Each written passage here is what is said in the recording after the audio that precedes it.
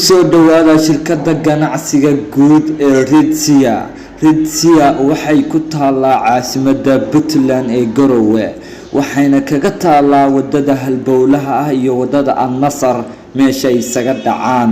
Haddaba Ridsia waxay idin haysaa adeegyo tayo leh. Ridsia waxaad kaloo ka helaysaa mashiinada noocii u dambeeyay ee dunida laga isticmaalo iyo waliba adeegyo badan. haddaba ha moogaanin Ridsia General Trading Company wixii intaa dheer oo faahfaahin waxaad kala xiriirtaa ciwaanada shaashada kaaga muuqda.